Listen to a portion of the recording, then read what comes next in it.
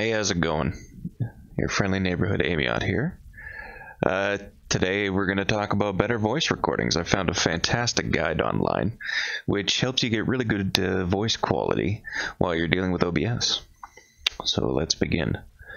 So it says to get better and more intelligible voice recordings with a more pleasant broadcast or studio feel to them, you can use a combination of built-in and free third-party VST plugins. In this guide, they're going to show you how to get started. So this will take about 20 minutes to set up, and it's true, I just set it up. But if you're currently post-processing your audio in an editor after recording a screencast, this should save you some time overall. So introduction. The filter chain we're going to build consists of 4 filters: noise suppression, gate, EQ, and compression. The noise suppression filter is built into OBS. The gate, EQ, and compressor effects used in this guide all come with the excellent free REA Plugs VST FX suite, which you can download here. There's a link for it right here. Before you begin, open the recording properties for the input you're using and adjust the input gain. In Windows, open this dialog by right-clicking on the speaker icon in the system tray. Now, if you don't see the icon on the system tray, it may be hidden. You may have to click that little up arrow, and it might be in there. And then select Recording Properties. That'll be the second tab. You'll see at the top. They didn't really highlight that part, but you know, it's the second tab, and there's your microphone. Anytime you've had to turn your microphone up or down, likely you've been here before. So go ahead into there and double click on that, or right click on it and bring up properties. Then click on the Levels tab for the device. Now most of these, anything with Windows 10 doesn't usually have the microphone boost if you're using the default Windows 10 driver, so you might want to go download the actual driver for your motherboard. That's going to depend on what type of motherboard you have. More than likely, you just have to head over to your motherboard manufacturer website, and they should be able to have it for you to download. So position the windows so they are both visible, so you can see the little input level meter. That's this guy right here, the green stuff. That'll go up and down when you're speaking into your microphone. Speak into the microphone loudly, the loudest you think you're going to speak while recording, and watch that input level. You'll want the input level to go almost to the top, but not quite. 1 or 2 bars under the maximum. Going too high will cause the signal to distort, and it'll sound like this, which is not good. If you can't get the signal to go high enough, increase the microphone boost setting, but note that depending on your hardware, this may introduce noise. So avoid setting this higher than necessary. Note that if you're on Windows 10, you may be using the standard Windows audio driver, which doesn't expose the microphone boost setting. It says watch this tutorial, but the guy doesn't actually go into how to fix it. The actual way to fix it is just to go to your manufacturer's motherboard manufacturer's website, and they should have a driver for you. So now add the audio input source or video capture source as needed, of course, into OBS. Click the gear button in the list of audio sources and select filters to open the dialog. So now we're ready to start setting up the filter chain. I recommend using headphones to monitor the results while you're adding and adjusting each of the effects as we go along. Once you think you have the right setting, do a quick recording, play it back on speakers, and adjust if needed. To add each effect to the filter chain, press the plus button. So the first one we're going to add is noise suppression. That one's built into OBS. You can choose to have it at 20, although you definitely want to leave a little bit of noise in so that the next steps will be easier to do. You can always go ahead and go back and turn up your noise suppression after you're done with the next steps. He says, I needed around 20 dB, negative 20 dB of noise suppression to get a good clean signal. But as you may have noticed in the first screenshot, I'm using a lavalier mic that needs a full 30 dB of microphone boost, so he has quite a bit of noise. You'll want to use as little noise suppression as necessary. Don't overdo it, or the speech will be muttered, whatever that means. I think it means muddled. Definitely do a test recording and play it back on speakers while adjusting this effect. If you're listening on headphones, you will likely be much more sensitive to noise than on speakers. You will likely find that on speakers you don't need as much noise suppression as you think you might on headphones. Remember, we're going to add a gate effect next, so don't try to fully remove the background noise. The gate will remove any noise from pauses between speech, and the speech itself will naturally predominate much of the noise. So you're better off using a setting that lets a bit of noise through without, again, muttering the speech. Second one is gate. To remove any background from pauses between speech, like that, we use a gate. In this case, the ReaGate VST plugin from the RePlugs package, which is really easy to install. You go to the website, you download the package, and you install it. And then make sure you close OBS and open it back up for the plugins to show up. To add a VST effect, press the plus button and select the VST plugin. Now, one thing I did want to add is I downloaded both versions. There's two different types. There's 32-bit and 64-bit. If your computer has more than 4 gigs of RAM, which most normal computers, if your computer is beefy enough to be doing streaming while playing video games, more than likely you're also going to have a 64-bit computer. However, you would probably know if you didn't. You would get all kinds of frustrations having to deal with, this program requires a 64-bit version of Windows. It's not compatible with your version of Windows. You'd be familiar with those kinds of warnings. But then again, you may not know. But you will find out the instant you try to install a 64-bit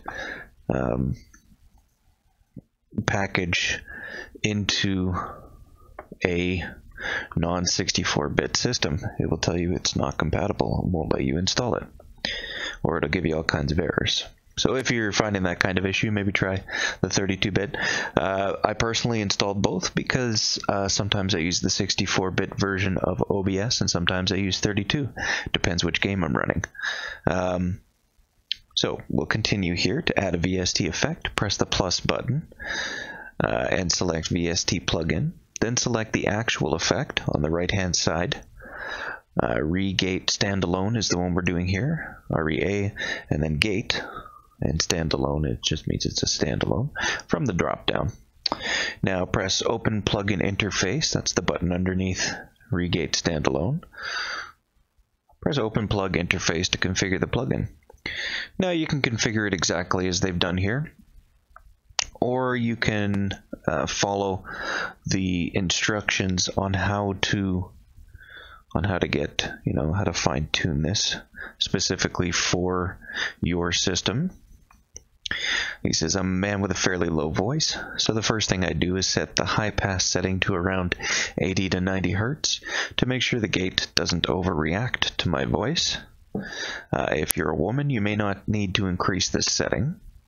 Next, he's increased the release setting to around 200 milliseconds. This is a personal preference, but I find that the gate is more noticeable if it closes too fast. If a gate effect is properly configured, the listener should not be able to notice that it's there. The gate should be removing only the noises in pauses between speech, or in other words, it should only be removing things that the listener shouldn't be able to hear in the first place. Now for the most important setting, the actual gate level. The level below which the gate will silence the periods between speech. Use the fader on the left-hand side of the interface. While adjusting this setting, watch the level indicators, the moving bars next to the fader. Speak at a natural level, and notice where they are between periods of silence and speech. You'll want the fader positioned somewhere above the level of background noise, but never as high as near the level of speech. One way to figure out the gate level is to purse your lips and blow into the air.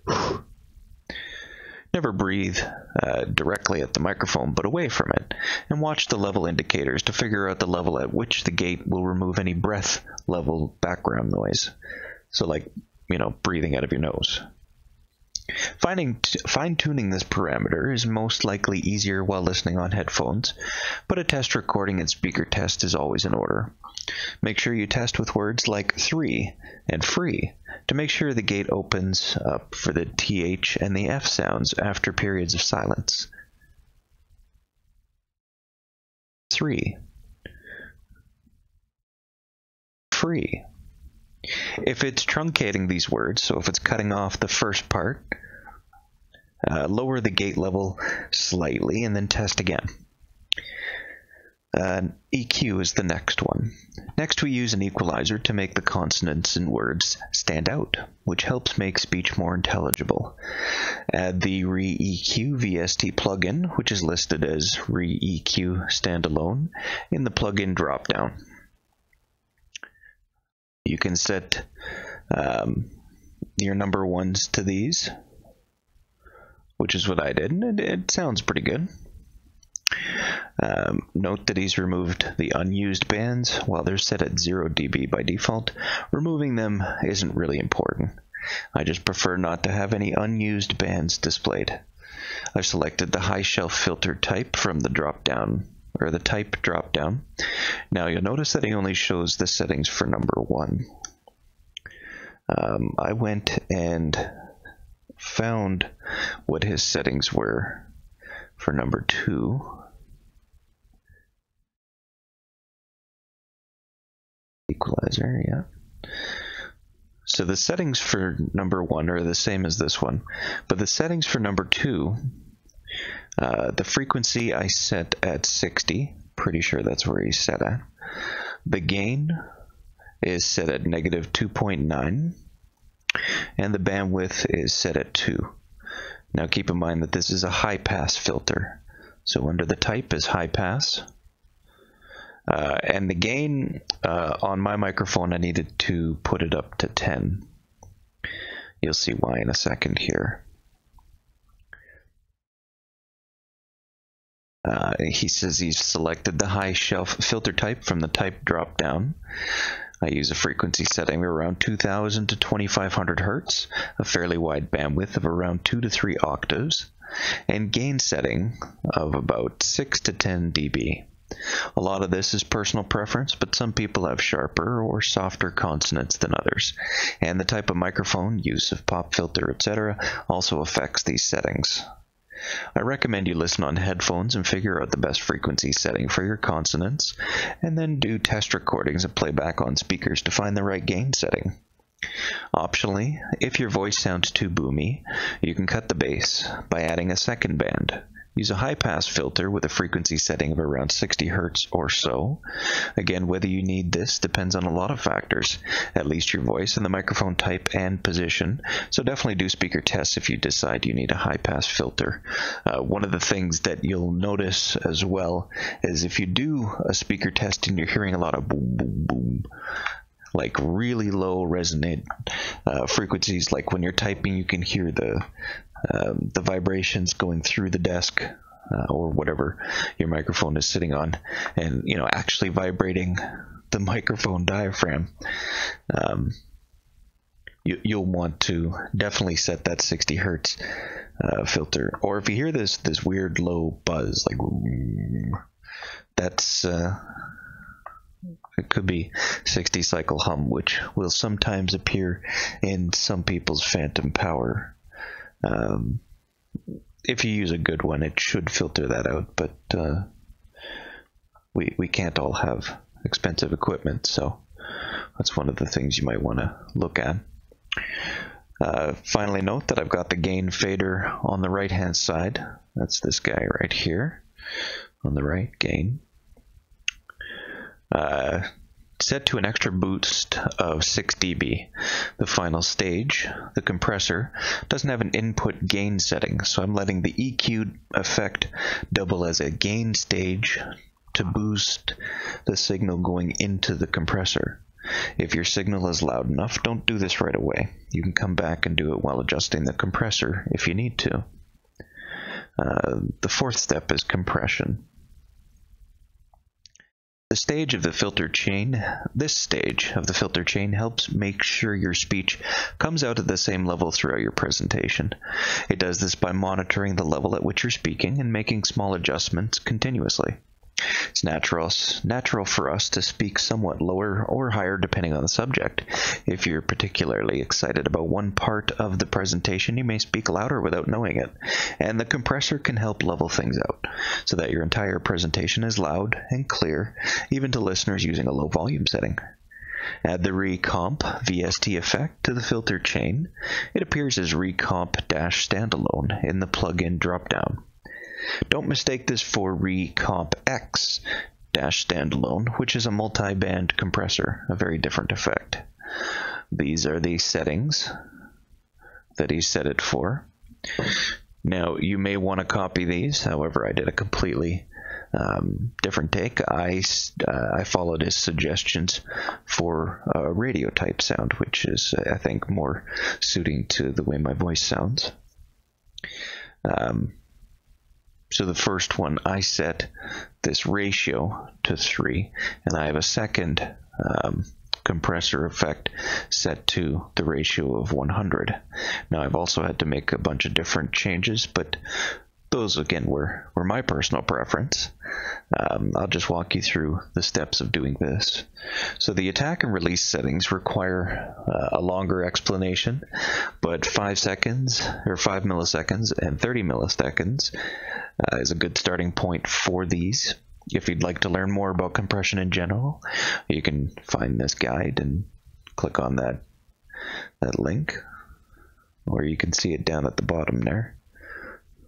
It's a GitHub article. Anyways, though it may be more than you need / want to know about compression just for now.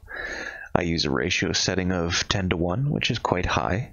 I find this gives me the sound that I want without having to add a second stage of compression with infinite ratio, also known as a limiter, something radio stations tend to use, which is what I've done. I'm trying to get a natural sound. If you want a more radio-like sound, you can experiment with 2 stages of compression on your own. A first stage with a ratio of 3:1, and a second stage of 100:1.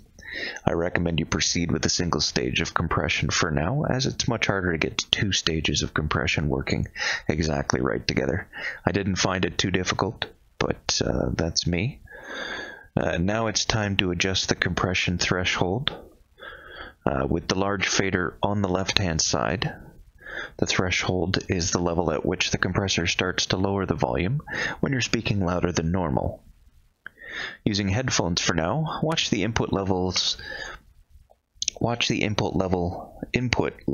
meters next to the threshold fader while speaking in a low voice, and gradually lower the threshold below peak input levels as shown in the screenshot above.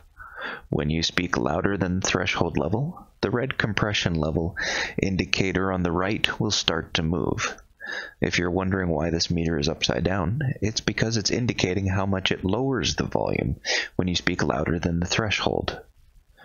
While alternating between a louder and softer voice, keep adjusting the threshold until the compression level peaks at around -6 dB for your soft voice and around -12 dB for your loud. Note that if you find you need a very low threshold setting, lower than in the screenshot above, which is -23.4, you may wish to go back to the EQ and increase its output gain by a few dB. A louder signal going into the compressor can make the threshold a bit easier to adjust, because the setting is more sensitive at very low levels. Finally, to compensate for the loss in overall volume, you will need to increase the wet output level setting. I had to use around 3 dB myself, but you may need more or less than that, depending on the threshold level you ended up with. While speaking in your loudest voice, watch the output mix level indicator while adjusting the wet setting, but pay attention to the peak output level value, which is displayed at the top of this meter. If the output clips, you're getting distorted audio, and this bar will light up red.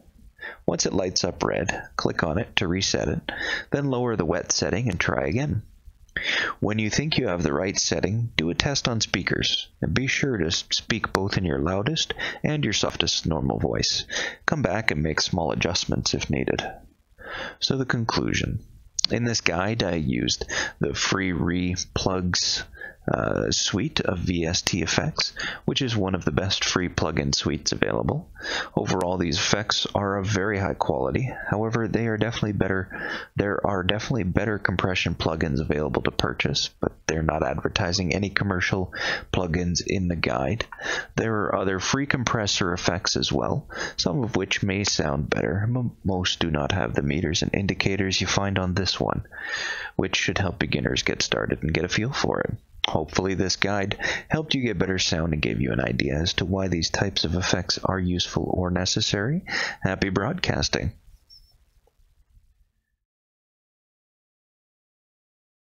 So we've gone over the whole guide here. Now I did find this on the OBS forums under resources and guides for studio. It's called Better Voice Recordings if you want to look it up yourself.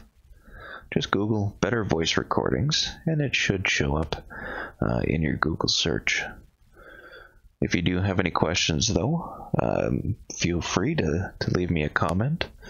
If you want to leave your email, I'll contact you back, and we can go over some of the settings together if you'd like. Again, my name is Amiot. I want to thank you for watching. You have yourself a great day.